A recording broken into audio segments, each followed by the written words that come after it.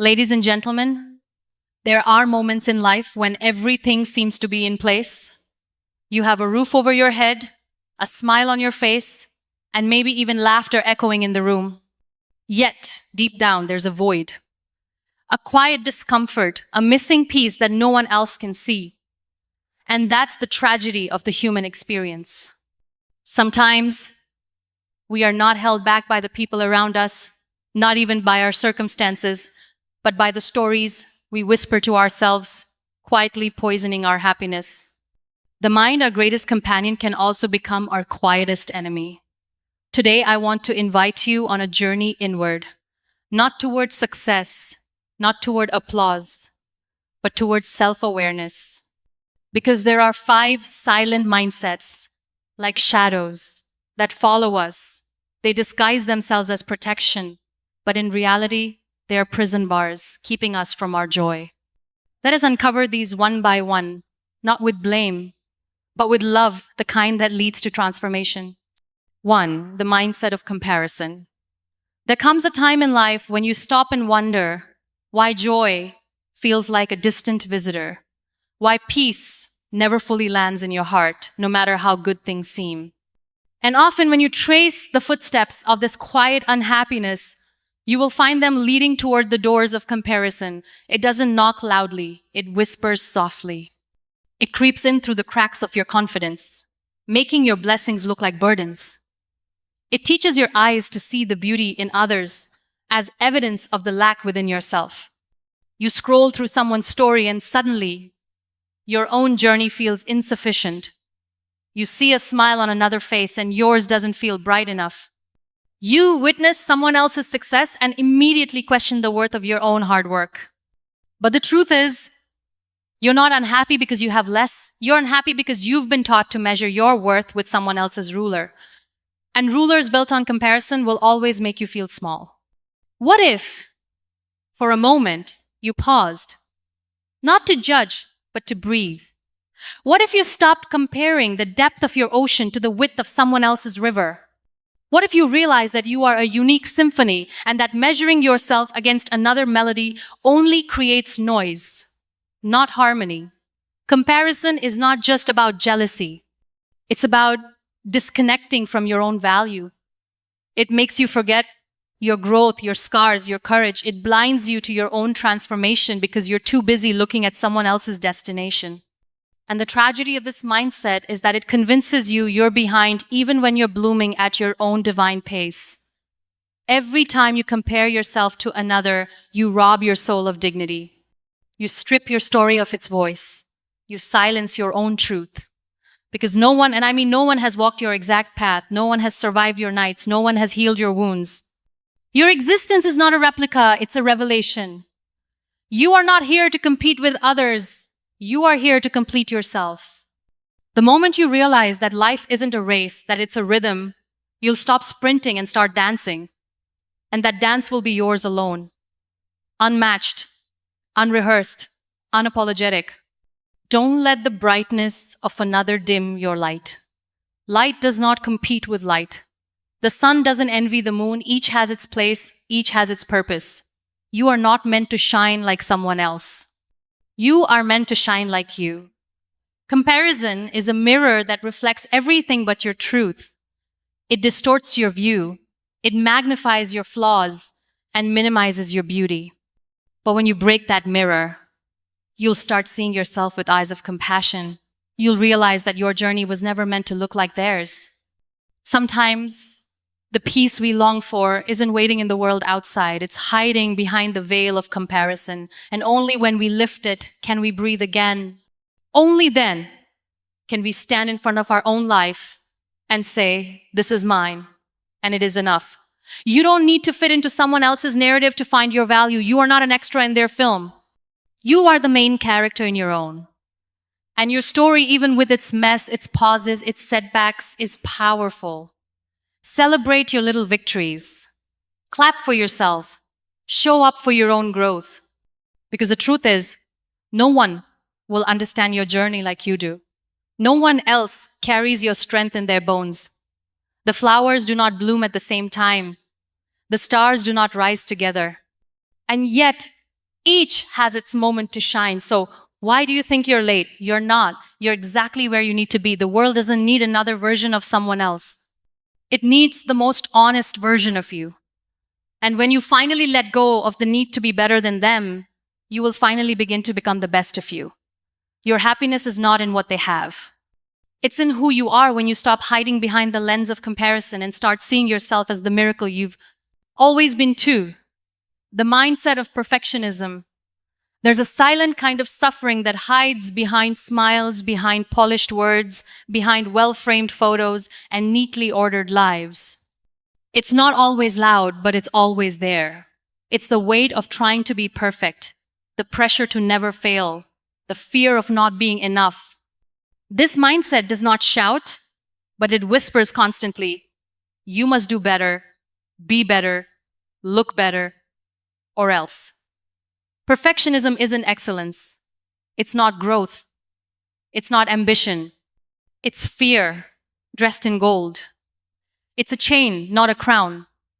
It demands that you earn your worth through flawless performance. It ties your value to your results.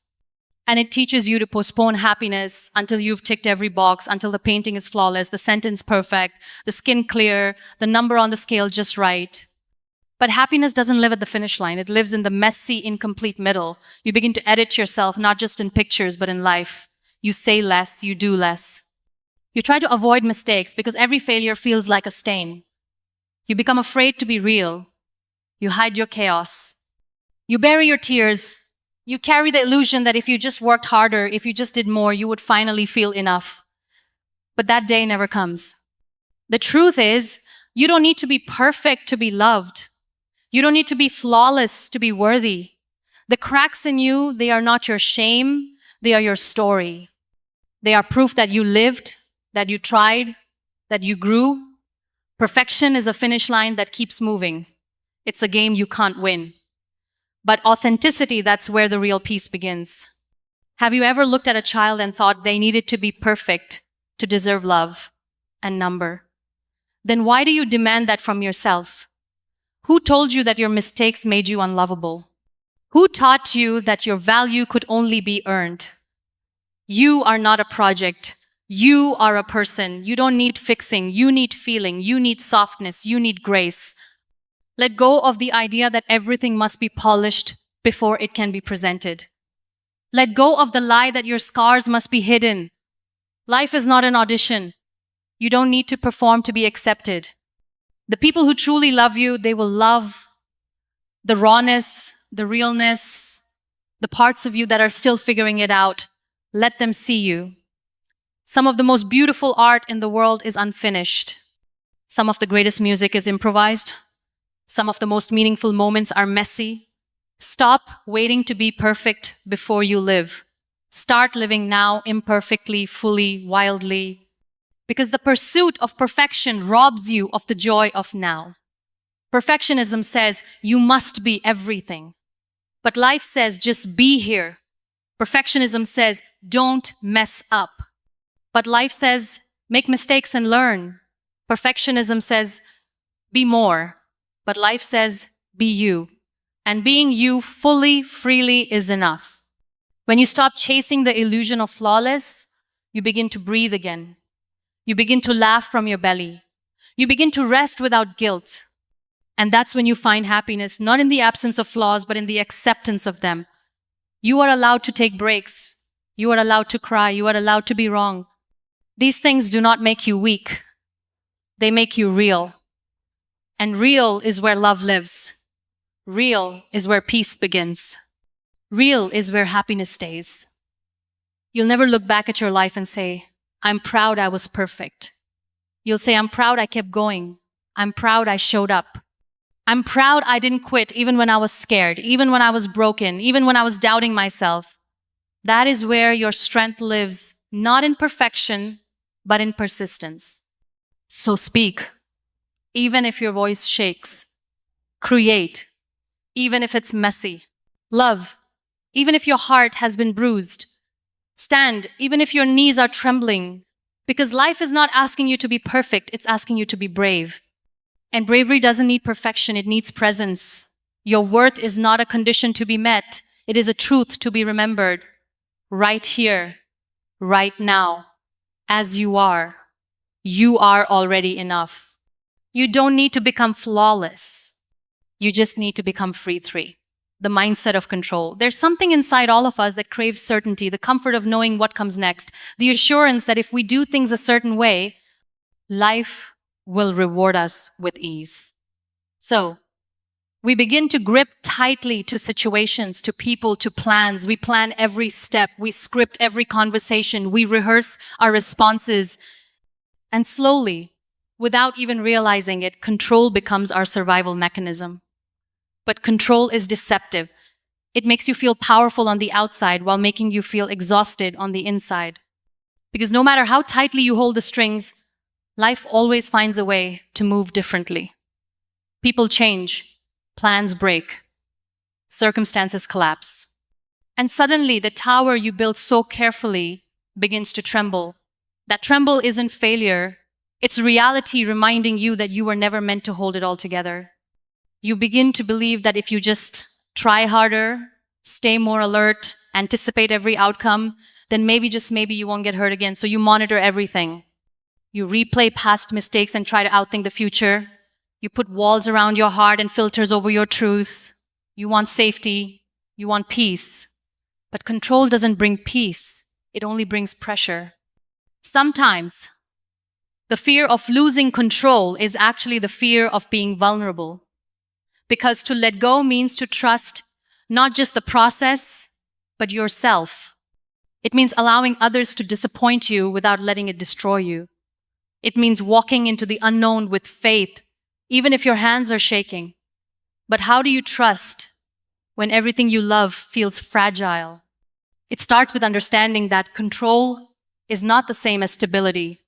Control is rigidity. Stability is rooted in faith. Control resists change, but life is built on change. Flowers bloom and wither. Seasons shift. People enter and leave. Trying to control life is like trying to hold water in your fist. The tighter you squeeze, the more you lose. There is strength in surrender. Not the kind that gives up, the kind that lets go. Surrender doesn't mean you stop caring, it means you stop clinging. It means you learn the rhythm of life and move with it instead of against it. It means you accept what is without constantly fearing what might be. Letting go doesn't mean you're weak. It means you trust your wings more than the cage. It means you're ready to breathe, to expand, to feel without the burden of perfection. It means you stop trying to be the puppet master of every moment and instead become the artist of your own experience. You can prepare, but you cannot predict. You can plan, but you cannot control. And that's okay, because magic lives in the spaces you didn't anticipate. Beauty often arrives unannounced. Healing walks in when you're not looking. And growth, real, deep growth, often begins when the plans fall apart. You're not meant to control people. They are not your projects. They are not yours to fix or mold or manage. You are allowed to love them without holding them hostage to your expectations. You are allowed to walk away when your peace is being sacrificed. You are allowed to choose yourself. The truth is, no amount of control will prevent pain. Life will still break your heart sometimes. People will still misunderstand you. Circumstances will still turn suddenly. But if you release the mindset of control, you gain something more powerful: resilience, the kind of inner strength that doesn't collapse when things don't go your way. You are not the mistakes you are trying to avoid. You are the courage it takes to face the unexpected. You are not weak for letting go. You are brave for finally realizing that holding on too tightly is what's been hurting you all along. Learn to rest. Learn to breathe without a plan. Learn to enjoy a moment without managing it. There is freedom in the surrender. There is peace in the unpredictable. There is joy in the mess of the unplanned. You don't need control to feel secure. You need connection with yourself, with the present, with your purpose. Trust that even if the plan breaks, you won't. Trust that even if you lose your way, you'll find something more important: your truth. And sometimes, the moment you release control is the moment everything starts to align. You are not here to control the ocean. You are here to learn how to float with faith, with grace, with softness. And when you do, you'll realize peace isn't found in controlling the waves, it's found in learning how to dance with them. 4.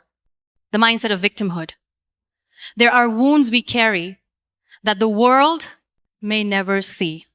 They don't show up in scans or leave visible scars, but they live quietly in our minds, dictating how we see ourselves, how we interact with others, and how we respond to life. Some wounds make us cautious. Some make us guarded. And then there are those that convince us that we are powerless, that no matter how much we try, we will always be at the mercy of what's been done to us. That is the birth of victimhood. The victim mindset doesn't start with weakness. It begins with real pain, the kind of pain that shatters you and leaves you trying to gather your pieces in the dark. And in that darkness, the easiest thing to do is to say, this happened to me. I didn't choose this, so I can't move forward. And you're right, you didn't choose it. But what you do with it, that's your power. When you live from victimhood, the world always seems unfair, cruel, and beyond your reach. You begin to tell yourself stories that keep you small. You say, people always hurt me, so you stop trusting. Nothing good ever lasts, so you stop hoping. I'm not strong enough, so you stop trying. And slowly you stop living, not because you're weak, but because your pain has convinced you to surrender your strength. But here's the truth. Your pain is valid, but it is not your identity. You are allowed to grieve, to fall apart, to sit in the aftermath of everything that broke you. But you are not meant to stay there forever. You were not born to be defined by what went wrong. You were born to rise from it. There is a quiet courage in deciding that you are more than what happened to you. It's not about pretending everything is okay.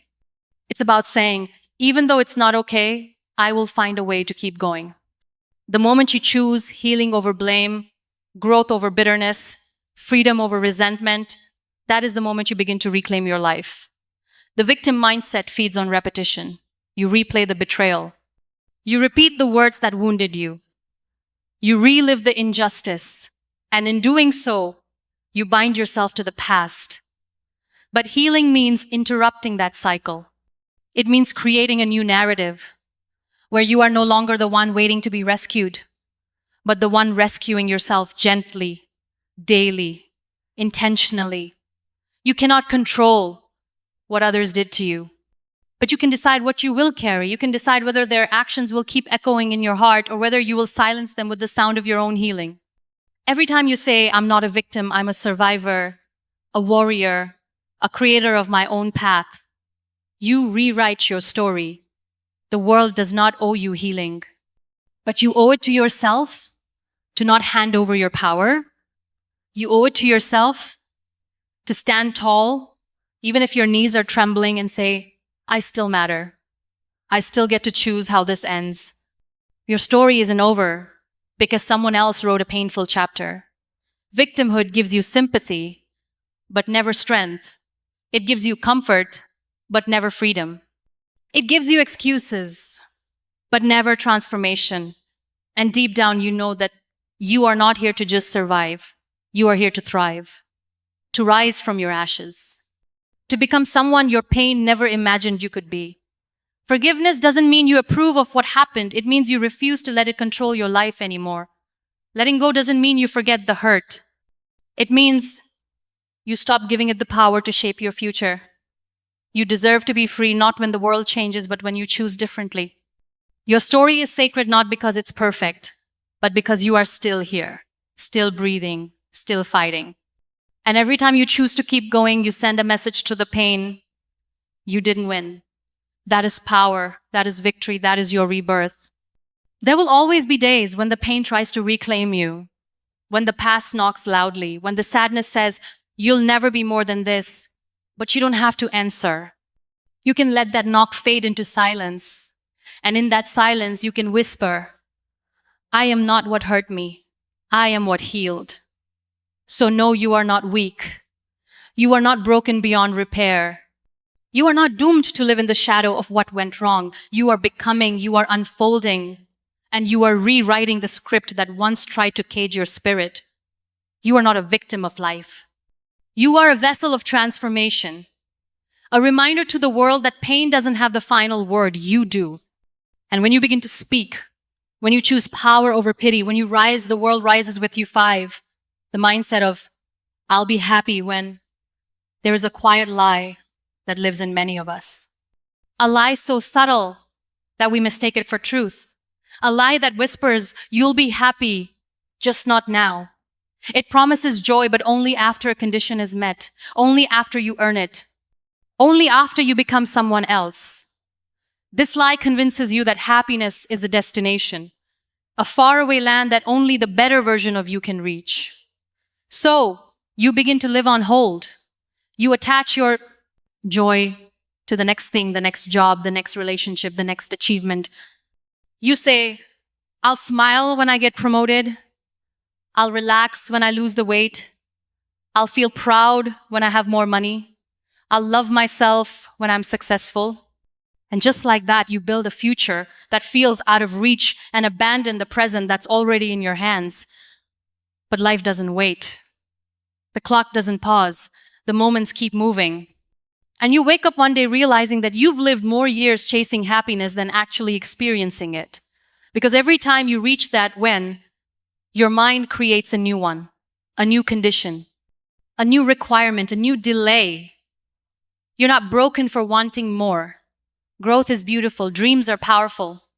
But when you delay happiness until you achieve those things, you unknowingly tell your soul, you are not allowed to feel joy until you become someone else. And that is the deepest form of self-rejection. What if you're already enough? What if happiness doesn't live in the future, but in the way you touch today? What if it's hidden in the way you sip your tea, the way the breeze brushes your skin, the way your chest rises and falls, proof that you are alive? What if happiness is not something to earn, but something to notice? The most dangerous thing about this mindset is that it teaches you to undervalue the ordinary. It convinces you that unless something is extraordinary, it's not worth celebrating. But life isn't made up of grand events, it's made up of small moments. And if you're always waiting for the big ones, you'll miss the magic in the little ones. You are allowed to celebrate yourself now, even in your mess, even in your confusion, even in your becoming. Joy is not a prize for perfection, it's a gift for being present. And the more you allow yourself to feel it now, the more you realize you never needed a reason to begin with. You see, the future you're dreaming of doesn't need a sad and depleted version of you to build it. It needs a joyful you, a rested you, a grateful you. Because happiness doesn't come after success, it fuels it.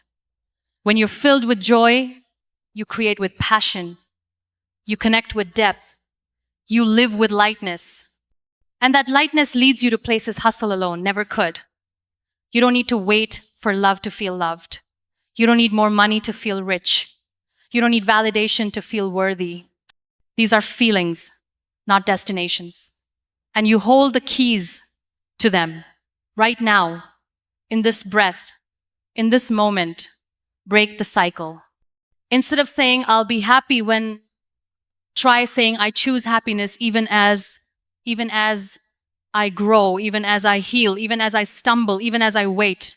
That is power, that is peace, that is freedom.